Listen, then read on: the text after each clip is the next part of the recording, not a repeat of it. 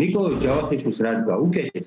ეს უტოლდება დასჯას სამმართველო საგანში გადაყვანას მიმართებით, რადგან დოკუმენტალურად შეიძლება ეს ყველაფერი ესე არ გააფორმეს, მაგრამ ადამიანი როდესაც 20 წლის ბიჭი მარტო ყავს საგანში გამომწვეულ და ყველანაირი კომუნიკაცია სხვა ადამიანებთან, ასევე ტელევიზიასთან იქნება თუ ასე შემდეგ, ტელევიზიის ყურებას გულისხმობს შეზღუდულია, ეს თავიდან ბოლომდე არის ის, რომ აგერ შენ თუ გაბედავ რაიმე პროტესტის გამოთქმას, გამოხატვას,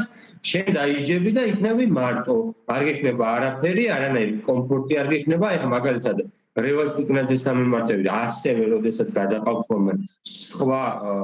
იმაში კამერაში, ისეთი პირობებია ხოლმე, რომ აიძულებენ ადამიანს, რომ ინძულებლობას შეწყვიტოს. მაგალითად, ისეთ პირთან ერთად ამყოფებენ ხოლმე კამერაში, რომელიც მის იდეოლოგიას, მის პოლიტიკურ წამს, შეხედულებას, ცხოვრების სტილს საერთოდ ეწინააღმდეგება და ამას რევაზიც მიფიქსირებს ხოლმე.